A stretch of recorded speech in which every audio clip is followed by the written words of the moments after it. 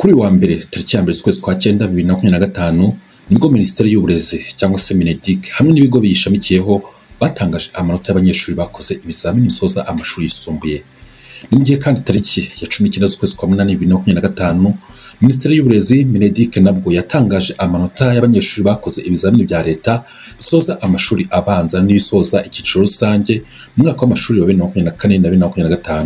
Muri ibyo byiciro byombi reka tubagezeho uko uturere twakurikiranye mu gutsindisha neza. Muri rusange iyo urebye muri ibyo byiciro byombi umuntu yavuga ko uburezi mu turere twa Kirehe, Ngoma na Kayonza bwifashe neza.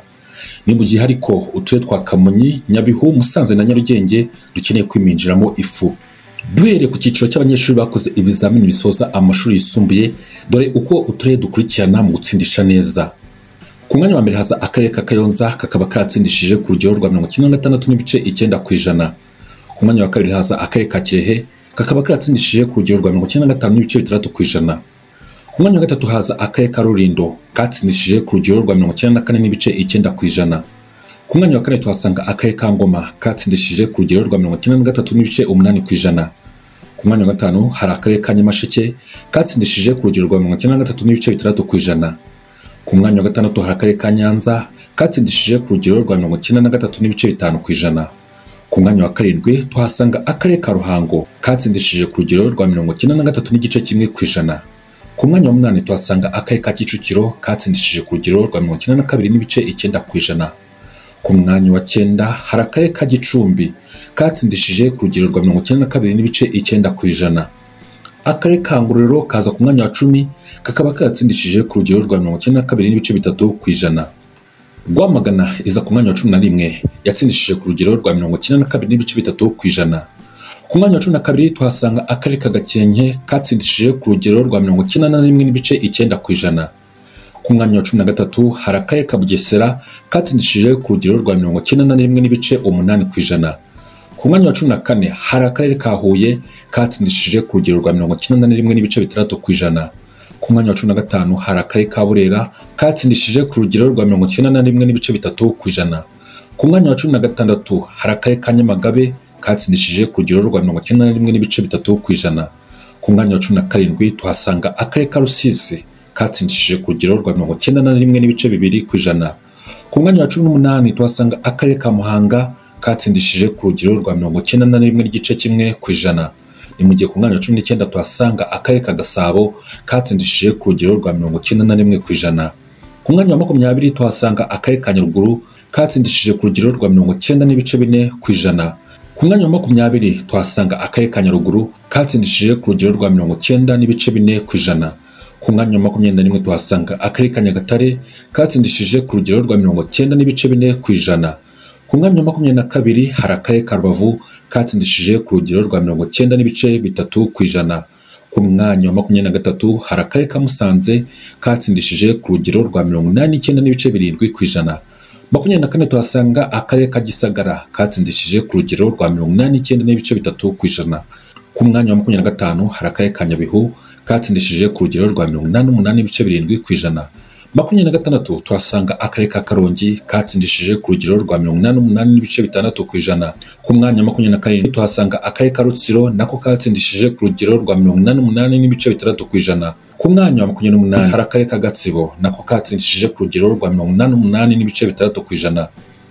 Ni mu gihe ku mwanya wa 29 tuhasanga akarere ka Nyarugenge katsindishije ku rugero rwa 87.1%. Akarere ka Kamonyi kaza ku mwanya wa nyuma mu gutsindisha ku rugero rutoya, aho kaza ku mwanya wa 30 kakaba karatsindishije ku rugero rwa 85.0%. Ahangaha hakaba hari mu cyiciro cy'abanyeshuri bakoze ibizamini bisoza amashuri yisumbuye. Reka tujye ku cyiciro cy'abanyeshuri bakoze ibizamini bya leta bisoza icyiciro rusange cyangwa se tronc commun mu mwaka w'amashuri wa 2024-2025, turebe uko uturere dukurikirana mu gutsindisha neza. Ku mwanya wa mbere tuhasanga akarere ka Kirehe katsindishije ku rugero rwa 91.3%. Ku mwanya wa kabiri hari akarere ka Ngoma katsindishije ku rugero rwa 78.8%. Kayonza iza ku mwanya wa gatatu yatsindishije ku rugero rwa 78.4%. Ku mwanya wa kane tuhasanga akarere ka Rusizi katsindishije ku rugero rwa 70.5%. Ku mwanya wa gatanu hari akarere ka Rulindo katsindishije ku rugero rwa 39.5%. Ku mwanya wa gatandatu hari akarere ka Huye katsindishije ku rugero rwa 68%. Ku mwanya wa karindwi hari akarere ka Nyamasheke katsindishije ku rugero rwa 66.9%. Ku mwanya wa munani tuhasanga akarere ka Ngororero katsindishije ku rugero rwa 35.2%. Ku mwanya wa 9 hari akarere ka Nyagatare katsindishije ku rugero rwa 35.2%. Rubavu iza ku mwanya wa 10 nayo yatsindishije ku rugero rwa 35.2%. Ku mwanya wa 11 hari akarere ka Karongi katsindishije ku rugero rwa 33.7%. Ku mwanya wa 12 hari akarere ka Kicukiro katsindishije ku rugero rwa 33.3%. Ku mwanya wa 13 tuhasanga akarere ka Bugesera katsindishije ku rugero rwa 32.9%. Ku mwanya wa 14 haza akarere ka Nyaruguru katsindishije ku rugero rwa 58.8%. Ku mwanya wa 15 tuhasanga akarere ka Rwamagana katsindishije ku rugero rwa 58.5%. Ku mwanya wa 16 hari akarere ka Gatsibo katsindishije ku rugero rwa 58.3%. Ku mwanya wa 17 tuhasanga akarere ka Ruhango katsindishije ku rugero rwa 57.9%. Gicumbi tuyisanga ku mwanya wa 18 ikaba yatsindishije ku rugero rwa 55.1%. Akarere ka Rutsiro kaza ku mwanya wa 19 katsindishije ku rugero rwa 54.4%. Ku mwanya wa 20 tuhasanga akarere ka Nyanza kakaba karatsindishije ku rugero rwa 53.1%. Ku mwanya wa 21 tuhasanga akarere ka Muhanga katsindishije ku rugero rwa 52.4%. Ku mwanya wa 22 tuhasanga akarere ka Nyamagabe katsindishije ku rugero rwa 51.7%. Ku mwanya wa 23 hari akarere ka Nyabihu katsindishije ku rugero rwa 55.5%.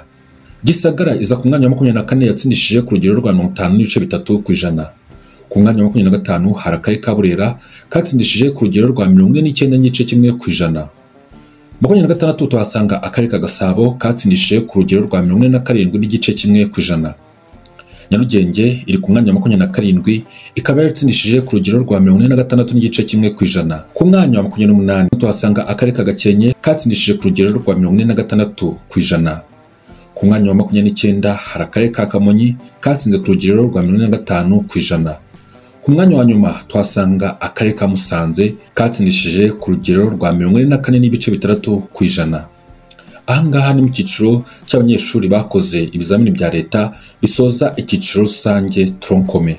Tunyarukiye ku banyeshuri bakoze ibizamini bya leta bisoza amashuri abanza mu mwaka w'amashuri 2024-2025, reka turebe uko uturere dukurikirana ku gutsindisha neza. Ku mwanya wa mbere tuhasanga akarere ka Kirehe katsindishije ku rugero rwa 97.09%. Ku mwanya wa kabiri tuhasanga akarere ka Kicukiro katsindishije ku rugero rwa 92.28%. Ku mwanya wa gatatu haza akarere ka Ngoma katsindishije ku rugero rwa 90.93%. Ku mwanya wa kane tuhasanga akarere ka Nyagatare katsindishije ku rugero rwa 87.18%. Ku mwanya wa gatanu hari akarere ka Rusizi katsindishije ku rugero rwa 85.93%. Ku mwanya wa gatandatu tuhasanga akarere ka Kayonza katsindishije ku rugero rwa 85.49%. Gasabo tuyisanga ku mwanya wa karindwi yatsindishije ku rugero rwa 85.48%. Akarere ka Rwamagana tugasanga ku mwanya wa 8 kakaba karatsindishije ku rugero rwa 83.38%. Ngororero ku mwanya wa 9 yatsindishije ku rugero rwa 82.03%. Ku mwanya wa 10 tuhasanga akarere ka Gicumbi katsindishije ku rugero rwa 81.04%. Ku mwanya wa 11 tuhasanga akarere ka Bugesera katsindishije ku rugero rwa 81.01%. Ku mwanya wa 12 tuhasanga akarere ka Gatsibo katsindishije ku rugero rwa 80.96%. Ku mwanya wa 13 tuhasanga akarere ka Nyarugenge katsindishije ku rugero rwa 79.92%.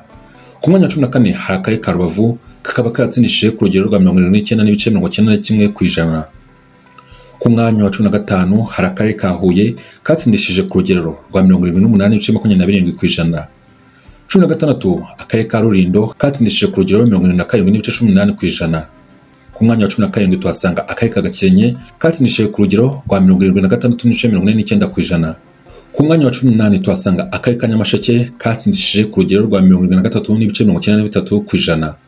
Ku mwanya wa 19 tuhasanga akarere ka Musanze kakaba karatsindishije ku rugero rwa 73.32%. Ku mwanya wa 20 tuhasanga akarere ka Nyanza katsindishije ku rugero rwa 72.76%. Ku mwanya wa 21 tuhasanga akarere ka Karongi kakaba karatsindishije ku rugero rwa 72.74 ku ijana.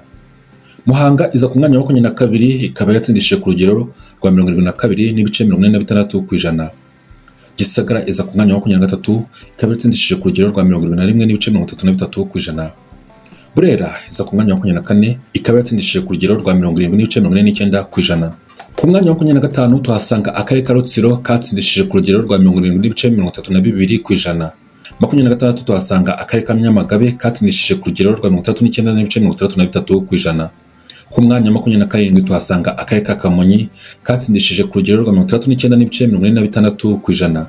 Ku mwanya wa 28 hari akarere ka Nyabihu katsindishije ku rugero rwa 38.99 ku ijana. Ruhango iza ku mwanya wa 29 yatsindishije ku rugero rwa 36.38 ku ijana.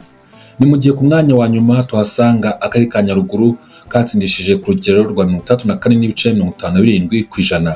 Nguko uko uturere dukurikirana mu gukora neza ibizamini bya leta mu mwaka w'amashuri wa 2024-2025 mu byiciro byombi, ni ukuvuga mu byiciro bisoza amashuri abanza, bisoza icyiciro rusange tronkome ndetse n'ibisoza amashuri yisumbuye. Ndabashimiye cyane mwakoze kudutega amatwi. Iyi ni channel ibigezweho update duhure mu biganiro byacu bitaha.